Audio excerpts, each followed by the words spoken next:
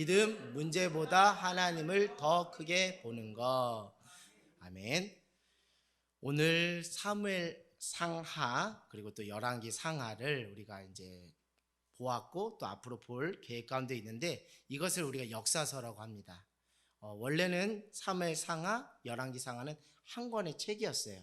근데 이것을 나누다 보니까 사무엘상, 사무엘하, 열왕기상, 열왕기하로 역사서로 우리가 성경 가운데서 살펴보고 있는데요.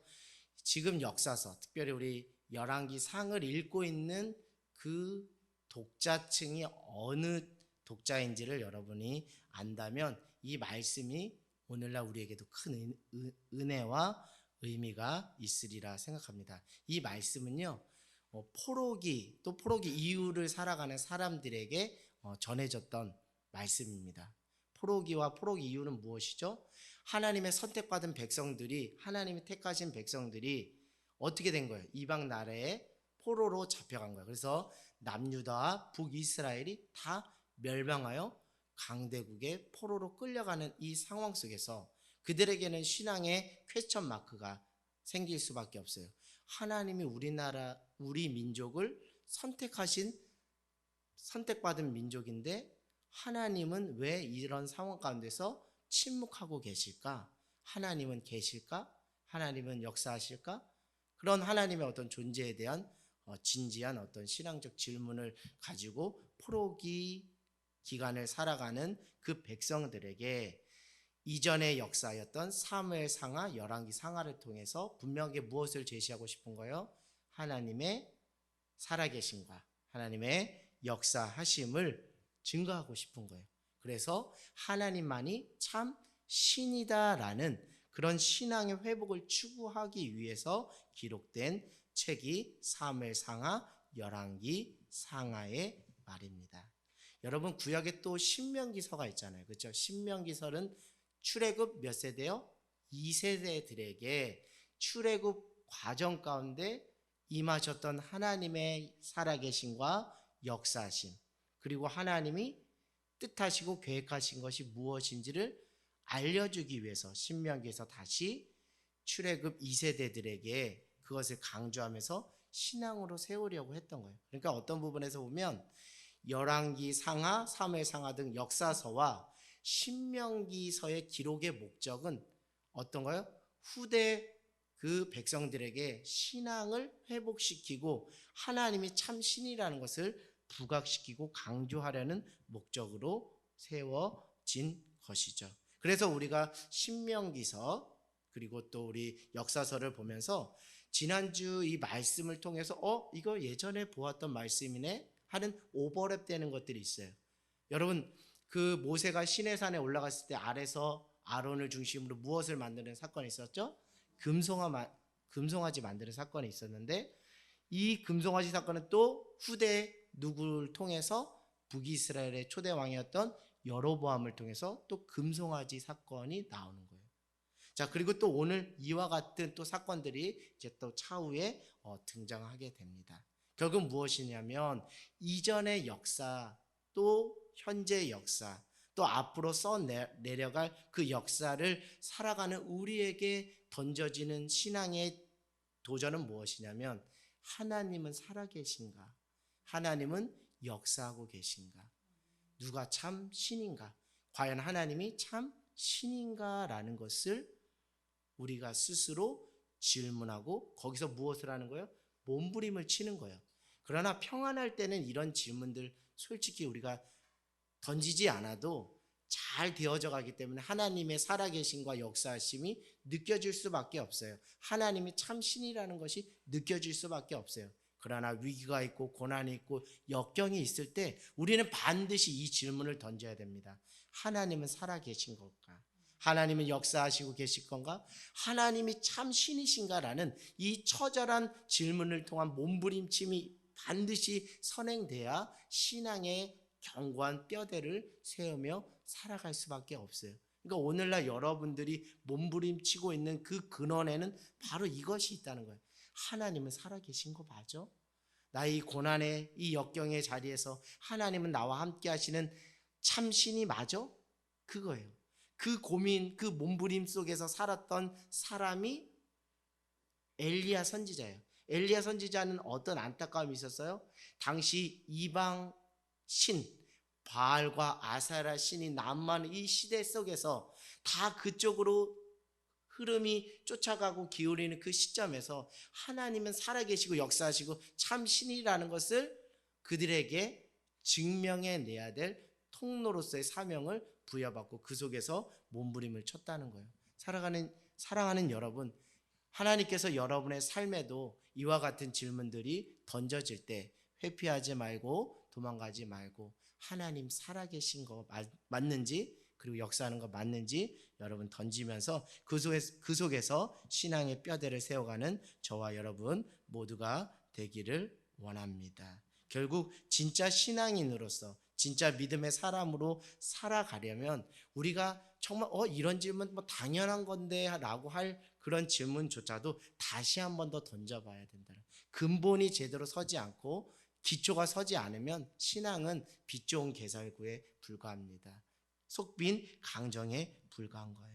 오늘 우리 열왕기상의 이 말씀의 큰 주제는 다른 게 아니에요. 하나님은 참 신이라는 것, 하나님은 여전히 살아계시고 역사하신다는 것을 엘리야를 통해서 하나님께서 후손들에게 드러내 보이시는 그 말씀이라는 것이죠. 자, 우리 17절을 보니까 뜬금없이 어떤 맥락도 없이 딱 하고 등장하는 사람이 있습니다. 17장 1절에 보니까 누가 나오죠? 디셈 사람 엘리야가 등장하는데, 엘리야가 그 사람들에게, 북이스라엘 사람들에게 이렇게 말합니다. 여호와 하나님의 살아계심을 두고 맹세하노니 내 말이 없으면 수년 동안 무엇이 내리지 않겠다, 비와 이슬도 내리지 않겠다라고 하는 거예요. 뭔가 그냥 맥락 없이 짜잔하고 등장한 거예요. 이렇게 짜잔하고 등장한 거에 있어서는 뭔가 하나님의 강력한 의도가 숨어져 있다는 거예요. 그만큼 이런 급박한 그 엘리야를 등장시키는 하나님의 의도 속에는 그만큼 지체할 수 없을 만큼 이스라엘의 신앙이 뭐했다는 거예요? 타락할 대로 타락해서 정말 위기 가운데 봉착했다는 것을 알 수 있습니다. 자, 그 2절에 보니까 여호와의 말씀이 누구에게 임했다 그래요? 엘리야에게 임했다는 거예요. 그래서 그 말씀을 이제 이스라엘 백성들에게 선포하는데요. 그것은 무엇이냐면 기근이 일어날 것이고 너는 어디로 도망가서 숨으라는 거예요? 그리 시냇가로 숨고 그곳에 숨으면 까마귀를 통해서 너를 먹일 것이다 라고 하나님께서 약속을 해주셨는데, 5절에 보니까 그가 여호와의 말씀과 같이 하여 곧 가서 요단 앞 그리 시냇가에 머물러, 이렇게 이야기하고 있습니다. 결국 엘리야는 그 움직임의 근거가 무엇이냐면 하나님의 말씀이 임할 때, 그리고 그 말씀을 그냥 받기만 한 것이 아니라 말씀은 말씀대로 응하고 성취한다는 그 믿음의 확신을 가지고 뭐 한 거예요? 순종한 거예요. 순종했더니 결국 그 말씀대로 하나님께서 어떻게 하시는 거예요? 까마귀를 통해서 먹이시고 입히시는 것입니다. 6절에 보니까 그렇게 먹이시는 거예요. 자, 그런데 또 8절에 보니까 엘리야와 누구의 대화가 나오죠? 사르밧 과부의 이야기가 나옵니다. 하나님께서 또 엘리야에게 임하셔서 너는 사르밧으로 가서 그 과부에게 음식을 청해라 라고 했습니다. 그래서 그 사르밧 과부를 만났는데 그 사르밧 과부의 형편은 어때요? 풍족할 수가 없겠죠. 왜냐하면 기근이 있기 때문에 먹을 것조차 없는 거예요. 그래서 땔감을 주어서 그 음식을 만들려고 하는 찰나에 엘리야가 오게 되었고, 그 음식조차 나를 위해서 만들어서 줘라, 음식을 대접하라 라고 해요. 그래서 그 사르밧 과부는 어떻게 하죠? 그 엘리야 선지자의 말을 순종하고 그를 극진히 섬겼더니 그 무엇이에요? 가뭄이 끊어지기 전까지 그 음식과 그 먹는 것들이 무엇했다는 거예요? 풍족하여 그 말씀대로 임하고 역사하게 되었다는 거예요. 14절에 보니까 이스라엘 하나님 여호와의 말씀이 나 여호와가 비를 지면에 내리는 날까지 그 통에 가루가 떨어지지 아니하고 그 병에 기름이 없어지지 아니하리라. 이렇게 말씀을 하시고 실제로 그 말씀대로 어떻게 됐다고요? 응했다는 거예요. 그러니까 말씀이 임하고 말씀이 성취되는 것. 계속 그것을 이야기하는 거예요. 그러니까 하나님의 말씀이 임했고 하나님의 말씀이 성취됐다는 이것을 계속 반복적으로 말씀하시는 것은 무엇이냐면 하나님은 살아계시고 하나님은 역사하시고 하나님이 참 신이라는 거예요. 하나님은 신실하셔서 그 말씀대로 이루시고 성취하시는 분이라는 것을 반복적으로 이야기해 주는 거예요. 바알 신은 무엇을 관장하는, 무엇을 주관하는 신이죠?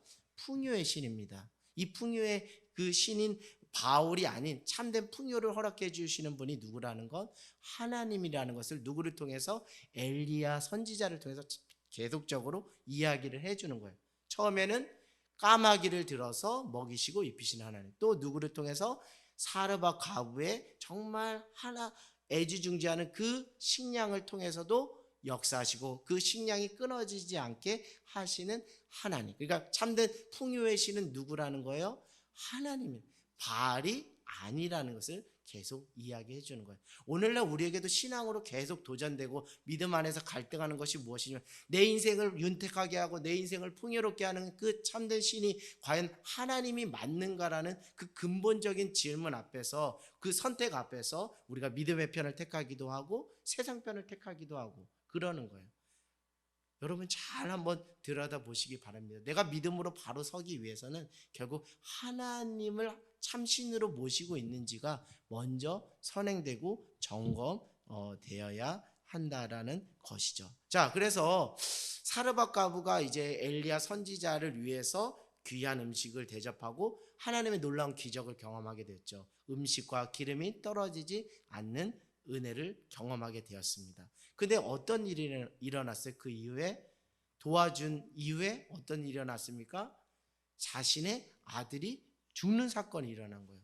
여러분 이해가 됩니까?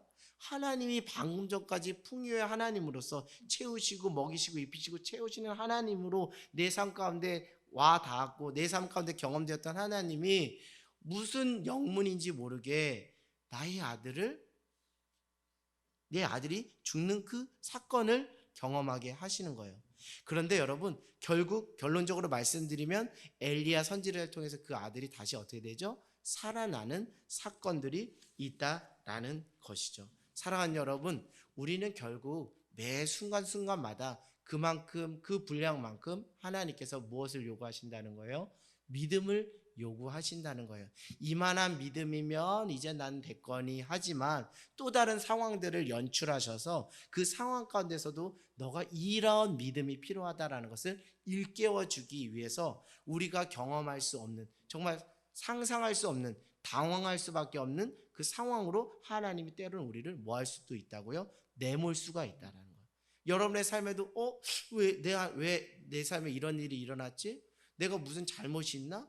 내가 어떤 이유 때문에 이런 일이 일어났지 하고 도무지 이해가 되지 않고 해석이 되지 않을 때 바로 영적으로 여러분들이 생각하길 바랍니다.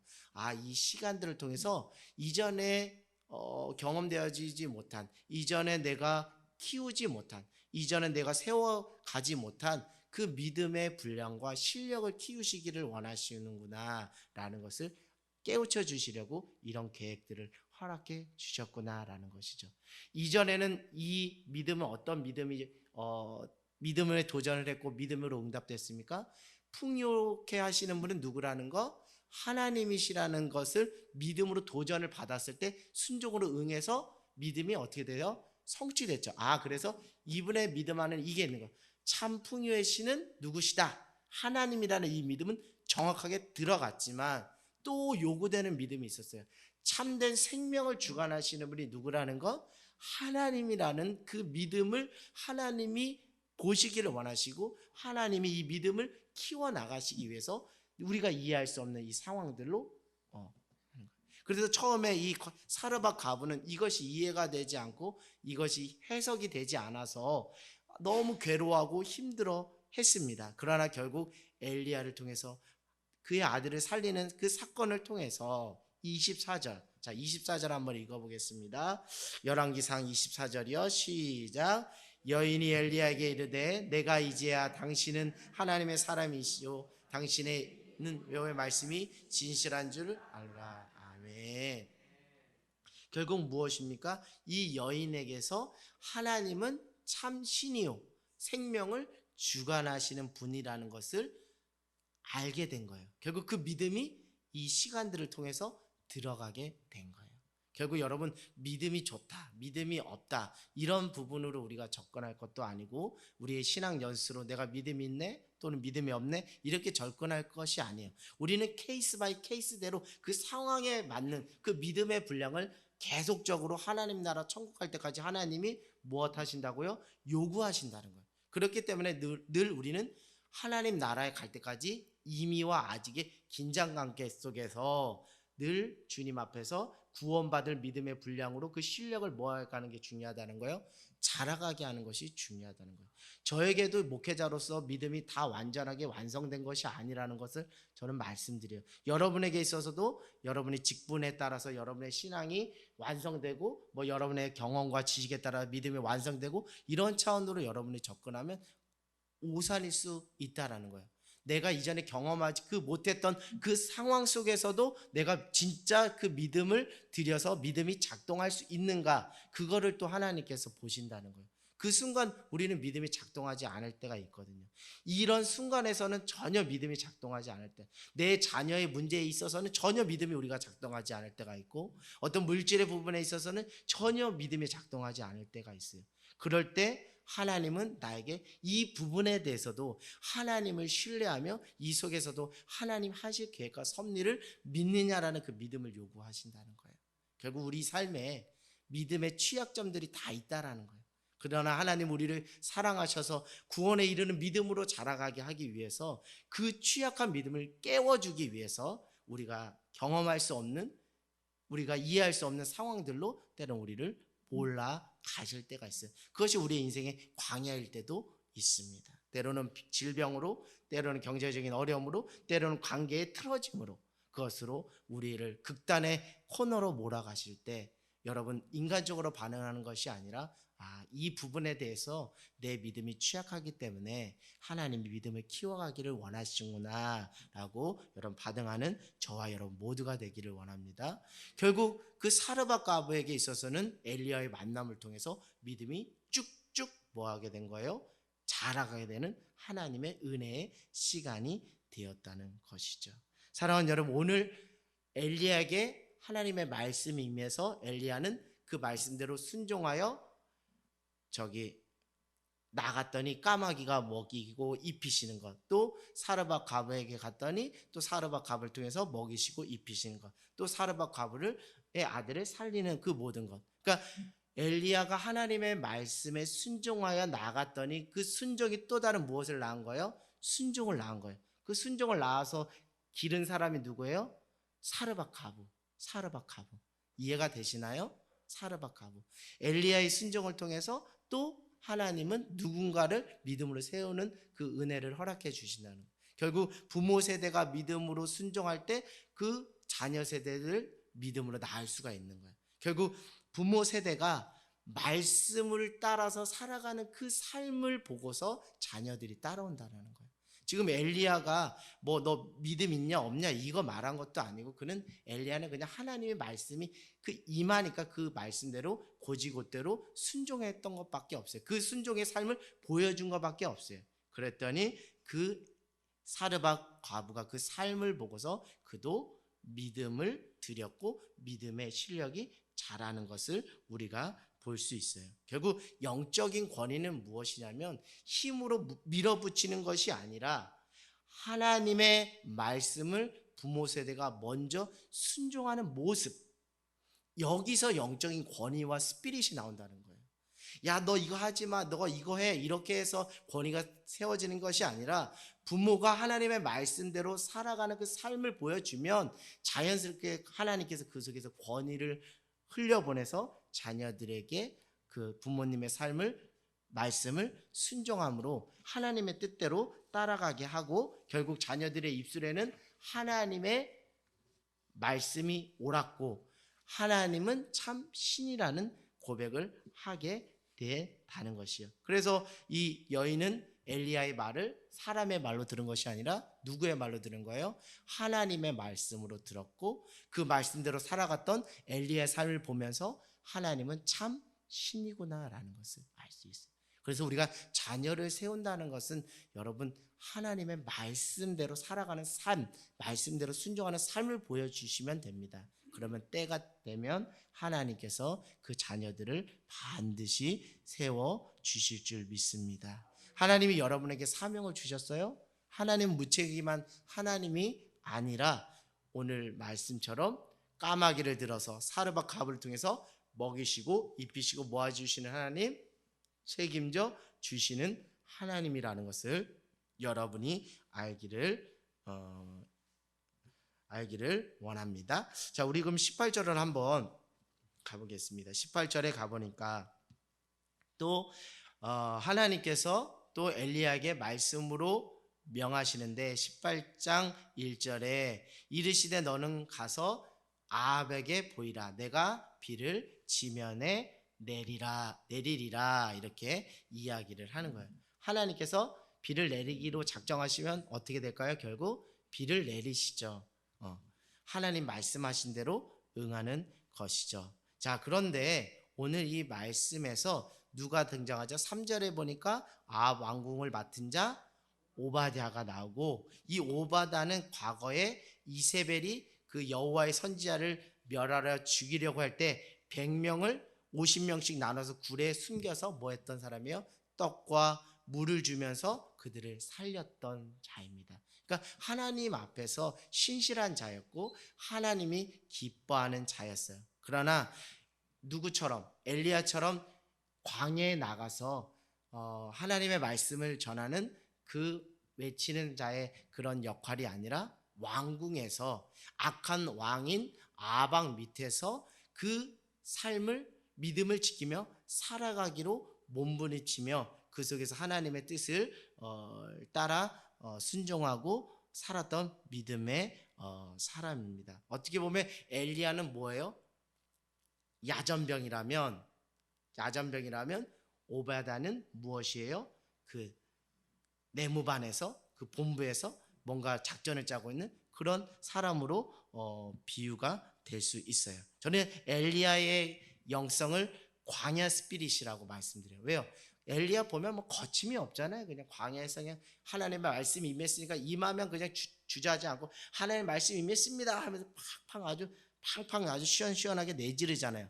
그러나 오바댜는 그런 스피릿이 아니라 삶의 자리 스피릿. 저는 이렇게 말하고 싶어요. 삶의 자리 스피릿. 삶에서 살아내는 게 이분에게는 강점이고 이분에게서 배울 수 있는 스피릿이라는 것이죠. 그런데 여러분 정말 귀한 믿음은 어찌 보면 삶의 자리 스피릿인 것 같아요. 불합리한 상황 속에서도 믿음을 지키며 자기 정체성을 잃지 않고 살아가는 오바댜의 믿음은 정말 대단한 믿음인 것 같아요. 그러나 사람들은 가시적으로 보기에는 누구를 많이 띄워주죠? 엘리야를 띄워주는 거예요. 왜? 엘리야는 거침이 없거든요. 하나님의 말씀이 임했습니다. 비가 안 내릴 것입니다. 또 비가 내릴 것입니다. 막 이렇게 하니까 사람들은 그것에 아주 시원시원한 것에 박수치고 환호할 수 있어요. 그러나 여러분 우리가 때로는 광야에 가서 광야 외치는 그 광야 스피릿을 실천해야 되는 자리에 놓일 때도 있지만 우리가 가정에서든 우리가 속한 공동체에서든 우리가 속한 직장에서든 묵묵하게 이 불합리하고 이 전혀 이해되지 않는 이 상황 속에서 자기 믿음과 정체성을 지키며 살아가는 이 믿음이야말로 더 중요하다는 것이죠. 그래서 저는 오늘 오바댜의 믿음, 오바댜의 스피릿 이것을 우리가 다시 한번 더 새롭게 조명해 볼 필요가 있다라는 생각이 듭니다. 때로는 우리가 다 이런 두 가지 상황 속에 놓일 때가 있어요. 강하게 하나님의 정의를 부르짖고 외쳐야 될 때도 있지만 그냥 속앓이를 하면서도 끙끙대면서도 그냥 믿음 안에서 침묵 가운데 살아내야 되는 때도 있습니다. 그러나 중요한 것은 어떤 상황이 되었든지 간에 어떤 한쪽 스피릿으로만 내몰려 가는 것이 아니라 균형을 가지고 때로는 광야에서 외치는 그 정의를 외치는 그 스피릿을 가진 그 사람을 위해서도 우리가 중보하고 상호 존중하고, 또 오바데 같은 삶의 자리에서 믿음으로 살아가는 사람들에 대해서 우리가 칭찬하고 격려하고 함께 중보해 줄 필요가 있다는 것. 교회 공동체 안에도 이 두 스피릿이 다 필요하다는 것. 다 광야에 외치는 스피릿이면 교회는 또 깨질 수밖에 없어요. 또 삶의 자리에서만 살아가는 그런 스피릿만 있으면 어떤 새로운 변화와 어떤 개혁과 새로운 물주기를 만들어가는 것에서는 또 취약할 수가 있어요.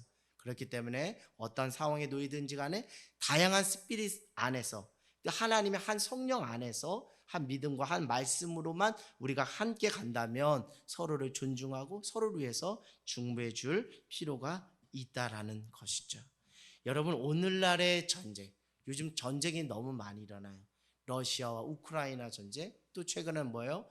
이스라엘과 하마스의 전쟁. 그러니까 저도 이렇게 살아가면서 이렇게 동시대에 이렇게 전쟁이 곳곳에서 이렇게 많이 터지는 것은 또 오랜만에 보는 것 같아요. 결국 전쟁의 시대를 살아가는 우리에게 있어서 오늘날의 전쟁은 그냥 나라와 나라 간의 전쟁이 아니라 어찌 보면 신들의 전쟁이다라는 생각을 해요. 결국 무엇이냐면 영적인 전쟁이라는 것이죠. 혈과 육의 싸움이 아니라는 것을 말씀드려요. 누가 쳐들어갔고 누가 응징했다 하는 혈과 육의 전쟁이 아니고 싸움이 아니라 공중 권세 잡은 악한 자들과의 영적 전쟁임을 여러분이 잊지 않고 하나님의 전신갑주를 입기를 원합니다. 그러기 위해서 여러분들이 오늘 말씀의 자리, 기도의 자리 나와서 여러분 깨어서 또 하나님의 전신갑주를 입는 것이죠. 그래서 여러분, 때로는 우리의 인생이 허무한 인생으로 끝날 수 있는 것은 다른 게 아니에요. 영적 싸움 제대로 한 번도 해보지도 못하고 믿음으로 정면 승부 제대로 해보지도 못하고 맨날 육신적인 거에 싸우다 지쳐서 꼬꾸라지는 모습, 그것에 시간을 낭비하는 모습을 보면 그것처럼 안타까운 것도 없겠다라는 생각을 해보게 됩니다. 결국 무엇이냐면 믿음은 눈에 보이는 대로 자기식대로 해석하는 것이 아니라 하나님의 관점으로 문제와 상황을 해석하는 것이 중요하다는 것을 여러분들에게 말씀을 드립니다. 자, 18절을 한번 가보면 이 말씀이 어떤 말씀인지 알 수 있어요. 18절을 한번 보겠습니다. 18절을 같이 읽겠습니다. 시작. 그가 대답하되 내가 이스라엘을 괴롭게 한 것이 아니라 당신과 당신의 아버지의 집이 괴롭게 하였으니 이는 여호와의 명령을 버렸고 당신이 바알을 따랐습니다. 아멘. 엘리야가 아합을 만났을 때 아합은 엘리야를 어떻게 평하죠? 이 사람이 이스라엘을 괴롭게 해서, 특별히 바알을 속상하게 해서, 심기를 불편하게 해서 비가 내리지 않는 것이다 라고 그렇게 해석하고 평가했는데 18절에 보니까 엘리야는 그것이 아니라 당신과 당신의 가문이 하나님을 노엽게 해서, 하나님을 슬프게 해서 하나님께서 이런 징계를 내리신 것이다 라고 바르게 해석을 해주는 것입니다. 사랑하는 여러분, 엘리야는 이스라엘을 괴롭히기 위해서 온 자가 아니라 이스라엘을 신앙으로 회복시키기 위해서 하나님께서 보내신 사람이라는 거예요. 결국 우리의 공동체에 수많은 성향과 캐릭터, 수많은 배경 속에 살아가는 사람들, 내 주변에서 만나는 그 많은 사람들을 우리가 귀하게 환대하고 초청하고 받아들여야 되는 것은 그가 우리를 괴롭히는 사람이 아니라, 그가 우리를 힘들게 하는 사람이 아니라, 그가 하나님의 그 계획 가운데 나의 신앙을 회복시키기 위해서 보내신 하나님의 사람이라는 그 믿음의 확신만 있다면 누구나 다 품을 수 있고, 그들을 통해서도 하나님 우리에게 하시는 말씀에 대해서 들을 수가 있다라는 것이죠. 사랑하는 여러분, 그렇기 때문에 교회는 한 믿음의 멍에, 한 성령 안에서 다양성을 추구하며 그 속에서 하나님이 나를 아름답게 빚어가실 하나님의 선하심을 기대하며 살아갈 때 그 공동체가 하나님의 아름다운 공동체로 세워져 나가게 될 줄 믿습니다. 자, 그런데요 여러분, 믿음의 해석이 가능해지려면 지금 일어나는 문제의 근본적인 원인이 무엇인지, 영적인 문제가 없는지를 먼저 분별하고 판단하는 것, 파악하는 것이 중요하다는 거예요. 그러니까 무엇이냐면 결국 이런 일들이 일어난, 우리 눈에 보이는 그런 일들이 일어나는 일들에 대해서 단순히 육신적인 차원으로만 우리가 접근할 것이 아니라 영적인 부분에서 어떤 문제가 없는지, 다시 말씀드리면 나와 하나님과의 관계가 바르게 지금 정립되고 있는지, 세워지고 있는지에 대해서 제대로 파악하고 진단하는 것부터가 중요하다는 거예요. 그러니까 믿음의 해석이 바로 되어지지 못하는 부분은 다른 것이 아니라 육신으로만 자꾸 보기 때문에, 육신으로만 자꾸 세상을 읽어내기 때문에 그래요.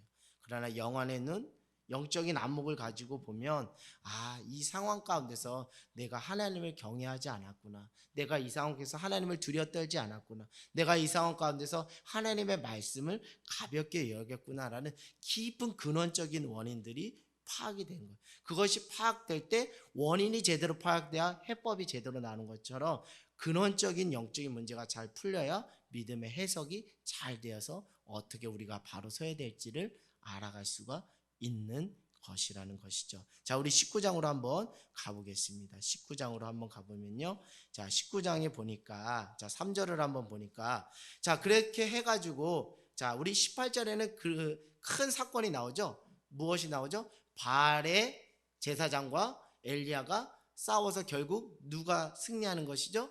하나님, 엘리야가 승리하게 돼서 엘리야가 쌓은 제단에만 무엇이 내리게 된 거예요? 불이 내려서 하나님이 참 신이라는 것, 그래서 하나님이 참 신이라는 그 승리를 경험하게 되었던 것이죠. 그러면서 무엇을 하나님께서 허락해 주시죠?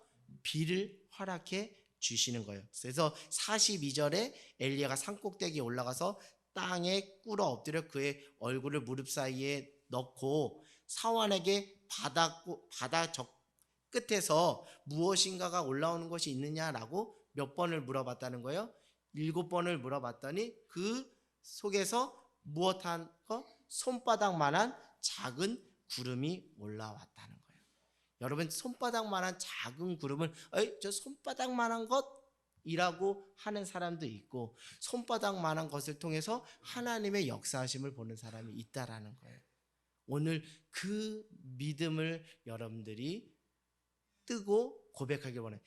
저 손바닥만한 것밖에가 아니라 손바닥이 이제 하나님이 본격적인 역사하심과 시작하심이 이루어지고 있구나라는 그 믿음의 그런 어떤 고백과 해석이 필요하다는 거예요. 그렇게 해서 이제 비가 많이 내리니까 엘리야가 어떻게 하죠? 아합 왕에게 어떻게? 이스라엘이 뭡니까? 자, 우리 한번 이스라엘이 뭐냐면 무엇이죠? 이스라엘은 무엇이냐면 아합과 이세벨이 머무는 뭐예요?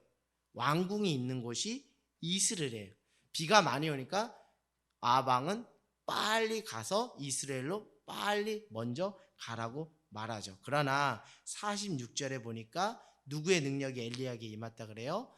여호와의 능력이 엘리야에게 임함에 그가 허리를 돌고 이스라엘로 들어가는 곳까지 앞에서 뭐했다? 달려갔더라라는 거죠. 결국 엘리야도 이렇게 그 일들을 감당할 수 있는 것은 다른 게 아니라 누구의 힘이 그에게 부여져 있기 때문에 여호와 하나님의 능력이 부여되기 때문에 결국 하나님 앞에서 우리는 하나님의 역사심과 살아계심을 증거하는 철저한 도구에 불과하다는 거예요. 우리가 주체자가 아니라 우리는 객체이며 철저히 하나님의 살아계심을 증거할 통로이며 도구라는 것을 알 수가 있는 것이죠. 자, 그런데 그렇게 해서 이제 엘리야가 하나님이 참 신이라는 것을 아합 왕과 그 이스라엘 백성들에게 증명해 내 보였는데 19장에 보니까 어떤 일이 일어나게 되는 거예요. 그 아합의 아내인 이세벨이 이제 누구를 아주 죽이겠다고 혈안이 된 겁니까? 엘리야를 죽이겠다고 아주 혈안이 된 거예요. 그 소식을 듣고 어떻게 되는 거예요? 그 소식을 듣고 두려움에 떨어서 어디로 도망가게 되는 거예요? 광야 브엘사베에 이르러 그곳에 머물고, 사환들은 그곳에 머물고 자신은 광야로 들어가 하루길쯤 가서 한 어느 나무 아래, 로덴 나무 아래 앉아서 자기가 죽기를 원하며 이제는 이제 살 만큼 살았으니까 나는 할 수 있는 게 더 이상 없으니까 나를 차라리 어떻게 해달라는 거예요? 죽여달라는 거예요. 그 전까지 광야에서 외치는 아주 시원시원하게 내짖던 그 엘리야의 그 스피릿은 온데간데 없고 지금은 이제 두려움에 사로잡혀서 차라리 나 죽여달라고, 나 험한 꼴 보기 싫으니까, 나 이제 이만했으면 나 이제 할 도리 다 했고 하나님의 사명 다 감당했으니까 나 여기서 그냥 죽여달라는 그런 모습으로 있습니다. 그랬더니 5절에 노된 나무 아래 누워있던 그 엘리야에게 누가 찾아오는 거예요? 천사가 찾아서 어루만지는 거예요. 여러분 상상을 해보세요. 어루만진다. 자, 이렇게 어루만진다. 그 부모님이 아파가지고 있는데 자녀가 어루만져주고 안마해주고 그런 이미지들이 상상되지 않아요? 뭔가 사랑으로 뭔가 회복하려고 하는 그런 이미지가 상상되지 않습니까? 그러면서 이렇게 말합니다. 그에게 이르되 일어나서 먹어라. 일어나서 먹어라. 우리 이런 이야기 하죠.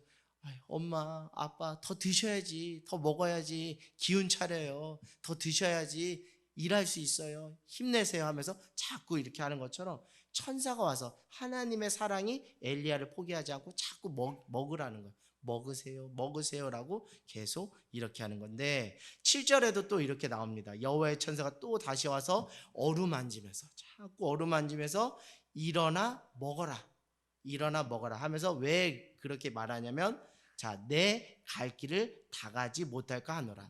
그건 뭐예요? 엘리야 너에게 무엇이 있다? 사명이 있다. 사명이 있으면 끝난 게 아니다라는 거예요. 근데 엘리야는 스스로 자기가 육신적으로 뭐 한 거예요?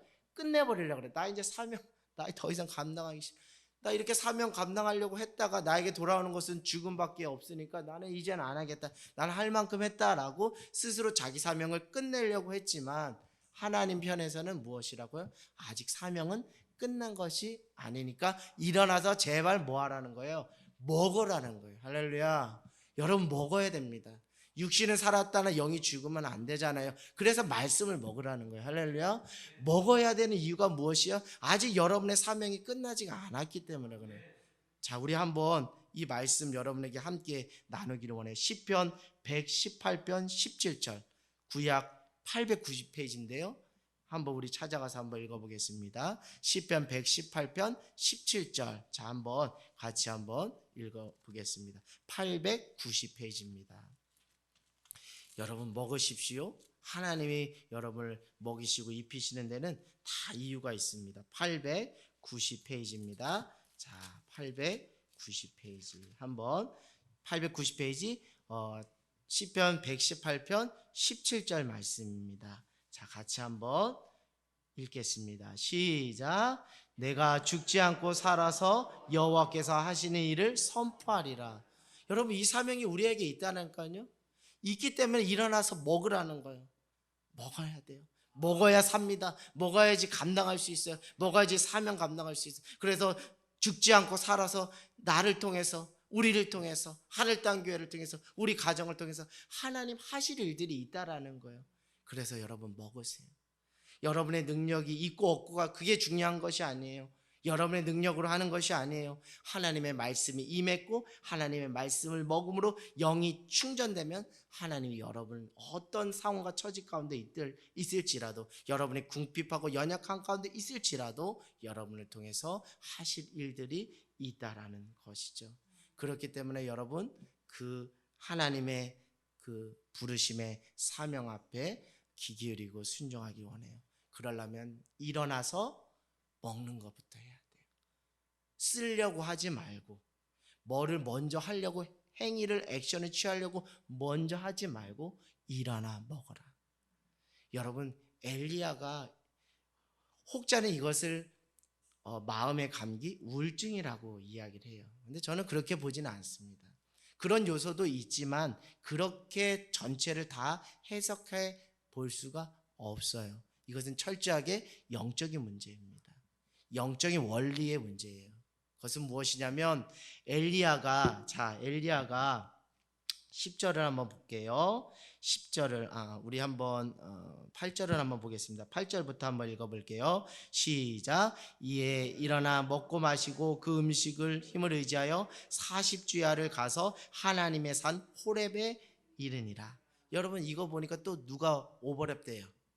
모세. 시내산에서 하나님의 십계명의 말씀을 받는 모세와 오버랩이에요. 그래서 그 신명기 말씀과 열왕기 상하, 역대 상하 이 말씀, 특별히 열왕기 상의 말씀과 오버랩이 돼요. 이걸 통해서 하나님 되심과 참 신이심을 증명하려고 하는데요. 자, 9절에 보니까 여호와의 말씀이 그에게 임하여 이르시되 엘리야야 내가 어찌하여 여기 있느냐. 그건 무엇이요? 네의 부르심이 어디 있고 너의 사명이 어디 있느냐라고 이야기를 하는 거예요. 그러자 10절에 엘리야가 이렇게 말합니다. 만군의 하나님 여호와께 내가 열심히 유별하였사오니 이는 이스라엘 자손이 주의 언약을 어기고 버리고 주의 단 헐고 칼로 주의 선지자를 죽였으며 오직 누구만 남았다는 거예요? 나만 남았거늘 그들이 내 생명을 찾아 빼앗으려고 합니다. 엘리야의 신앙의 영성의 스피릿에는 무엇이 있었어요? 열심이 있었어요. 그 광야 스피릿의 중심에 열심이 있었어요. 열정적인 신앙이었어요. 참 부럽습니다. 열정적인 신앙 참 부러워요. 그런데 그가 초반절에 봐도 17절과 18절에 봐도 그런 표현들이 많죠. 여호와의 말씀이 엘리야에게 임하니, 그리고 그 말씀을 그대로 받아서 먹고 뭐 한 거예요? 순종하는 것이 있었어요. 그러니까 그런 속에서 영적인 자산이 축적되어서 그 일들을 감당할 수 있었는데 이제 어떻게 보면 소진된 거예요. 번아웃된 거예요. 하나님의 육신의 양식뿐만 아니라 영의 양식을 먹음으로 말미암아 그 충전됨으로 그 일들을 감당해야 되는데 그런 어떤 미천들이 다 고갈된 거예요. 그건 무엇이냐면 영적인 원리를 몰랐던 거예요. 롱런할 수 있는 영적인 원리를 몰랐다는 거예요. 결국 지혜가 부족했다라는 거예요. 결국 여러분 우리가 하나님의 사명을 감당하는 자에게 단순히 열정만 가지고 되는 게 아니라는 것을 말씀드려요. 이 영적인 충전이 반드시 필요한데 그것은 일어나서 먹는 시간들이 반드시 필요하다는 거예요. 쉼의 시간이 때로는 필요하다는 거예요. 하나님 앞에 잠잠히 머물어서 하나님이 또 어떤 방향으로 가시는지를 듣는 것이 중요하다라는 것이요. 이런 영적인 원리를 몰랐기 때문에 그가 오늘 이렇게 갑작스런 두려움에 사로잡혀서 그가 하나님 앞에 원망을 하는 것이지 이것이 단순히 육신적이고 정신적인 차원에서 우울증으로 단순히 해석할 수만은 없다라는 것이죠. 결국 하나님의 말씀을 붙잡고 또 살아내면서 그 속에서 믿음의 해석이 아닌 육신의 그 눈으로만 세상을 읽어냈기 때문이에요. 그 전까지만 해도 그가 손바닥만한 구름을 가지고서도 하나님의 살아계심에 대해서 증거하고 그 믿음을 드렸던 사람인데 이제는 현실 앞에 놓인 그 문제가 더 크게 보이는 거예요. 그래서 믿음은 무엇이라고요? 문제보다 하나님을 더 크게 보는 거예요. 이 믿음이 지금 흔들려 버린 거예요. 무엇을 먹지 못했기 때문에 말씀을 먹지 못했기 때문에. 그러니까 결국 말씀을 많이 먹고 많이 먹을수록 무엇이 우리에게 유익한 것이냐면 육신의 눈으로 세상을 읽어내는 것이 아니라 믿음의 눈으로 세상을 읽어내므로 그 속에서 하실 하나님의 일이 있겠지. 그 속에서 하나님이 나의 믿음을 자라게 하시려고 하시겠지라는 그 해석이 되는데 오늘 19장에만 봐도 그 믿음이 작동되고 그 믿음이 실력이 행사되지 못하는 거예요. 근데 여러분 여기에서는 그 영적인 그 원리 그리고 영적인 패러다임의 그 차원으로 여러분들에게 말씀을 드리면 자 우리가 사역을 하죠. 우리가 특별히 뭐 평신도든 목회자든 어떤 사역을 하면 그 사역에 대한 무엇을 기대하는 거죠? 열매를 기대하는 거예요. 그런데 이 열매를 이렇게 평가하는 경우가 있습니다. 성공이냐 실패냐. 이 패러다임으로 접근하면 안 되는데 엘리야에게 있어서는 그 열심이 반드시 무엇을 맺어야 된다는 강박관념? 열매를 맺어야 된다는 성공적 강박관념이 있었다는 거예요. 무슨 말씀인지 알겠어요? 여러분이 하나님의 일을 한다고 하는데 이 하나님의 일이 반드시 열매를 맺어야 되고 이것으로 하나님께 영광을 올려드려야 된다는 성공 강박관념 때문에 여기서 자유하지 못하고 여기서 유연해지지 못하니까 여기서 영적으로 소진되고 영적으로 번화된 거예요. 그러니까 영적인 원리를 터득하지 못하고 지혜가 없었다는 거예요. 여러분, 하나님 어떤 하나님이에요? 실패를 실패시키시는 분이 하나님이에요. 할렐루야.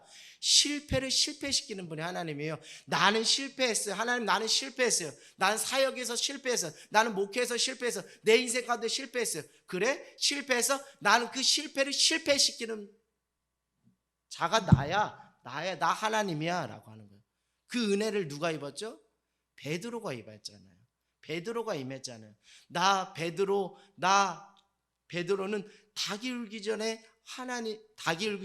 예수님을 3번이나 부인하며 그 제자로서도 삶으로서도 다 실패한 삶을 살았어요. 저는 그 실패자예요 라고 여기며 그 패배감 속에 살았는데 예수님께서 그에게 찾아와서 요한의 아들 시몬아 내가 나를 사랑하느냐? 내 양을 먹이라 내 양을 치라. 몇 번을 물어보시죠? 3번을 물어요. 그러니까 베드로야, 너의 사역의 결과가 실패냐 성공이냐 그것에 나는 관심을 갖지 않아. 너 한 영혼이 열매를 맺든 열매를 맺지 않든 믿음으로 나만 바라보고 믿음 앞에 서면 그것이 진정한 승리야. 성공이 아니라 승리를 나는 원해. 이건데 이 성공이라는 개념에 묶여서 진정한 하나님의 나라를 바라보지 못하고 승리를 바라보지 못한 거예요. 사랑하는 여러분, 그 엘리야가 그 이세벨을 통해서 죽게 되고 쫓긴 그 사건들이 실패의 사건입니까? 그게 아니에요. 근데 엘리야는 그것을 실패라고 여긴 거예요. 왜? 그 전에 뻑적지근한 무엇이 있었기 때문에 한 방 홈런 세게 쳤잖아요. 450대 1에서 하나님이 참 신이라는 걸 증명해냈잖아요. 그 어떤 붕 하고 뜬 거예요. 그만큼 무엇이에요? 기분이 너무 좋은 거예요. 사역의 열매가 증거로서 확실하니까 나 성공한 목회자다. 나 성공한 사역자다. 나 성공한 제자다. 이런 패러다임으로 가지고 살았는데 현실은 어떤 거예요? 이세벨이 죽이려고 하니까 결국 성공과 실패가 한 끗 차이밖에 안 되는 거예요. 그럼 나는 실패한 사람인가? 그러면서 그 속에서 자격지심과 좌계감과 두려움이 오게 되는 거예요. 그러나 엘리야에게 있어서는 실패조차도 실패시키는 하나님을 바라보지 못한 거예요. 그 속에서도 하나님의 선하심과 하나님의 계획하심과 섭리하심을 보지 못했던 거예요. 그러니까 하나님 앞에서 원망하고 불평하는 거예요. 여러분의 삶의 자리에도 내가 생각하기에 이거는 실패야, 내가 생각하기에 이건 성공이야 라고 하는 성공과 실패의 패러다임으로 사역을 하고 신앙생활을 하고 삶을 경유해 나간다면 우리의 삶은 평안할 수가 없어요. 업앤다운밖에 되지 않아요. 성공하면 실패하면 아닙니다. 여러분들, 우리 다음 세대 우리 청년 친구들, 여러분의 인생을 성공과 실패로 보지 마세요. 성공이 아닌 무엇으로? 승리로. 그리고 그 승리를 누가 허락해 주신다고요? 하나님께서 허락해 주신다는 거예요. 그리고 여러분이 실패라 생각하는 그 실패조차도 하나님은 실패시켜서 전화위복 역전시켜서 그것을 선으로 바꾸시는 하나님이라는 거예요. 결국 여러분, 우리가 성공 빵빵빵 계속 성공만 하면 우리가 솔직히 하나님 찾을 수 있겠습니까? 하나님 찾지 못해요. 우리에게는 뼈아픈 상처, 뼈아픈 실패, 뼈아픈 아픔이 있기 때문에 그것이 도리어 우리가 하나님 앞에 나올 수 있는 그 은혜가 우리에게 주어지는 것이라는 것이죠. 사랑하는 여러분, 오늘날 우리에게 요구되는 믿음은 다른 것이 아니에요. 하나님은 살아계시다. 하나님은 역사하신다. 고로 하나님은 참 신이다. 어떤 문제와 상황 가운데서도 이 고백을 반복적으로 하고 이 고백 속에서 우리 이 질문 속에서 계속 우리가 몸부림쳐 살아낼 때 그 속에서 실패를 넘어 선하게 신실하게 이끄시고 인도하시는 그 하나님을 바라보면서 나 같은 자도 하나님이 사용하시는구나 라는 것을 깨달을 수가 있어요. 여러분, 내가 하나님을 택한 겁니까? 엘리야에게 있어서는 내가 하나님을 택했고 내가 하나님을 사랑했고 내가 열심을 가지고 주를 위해 살았다고. 아니요, 그게 먼저가 아닙니다.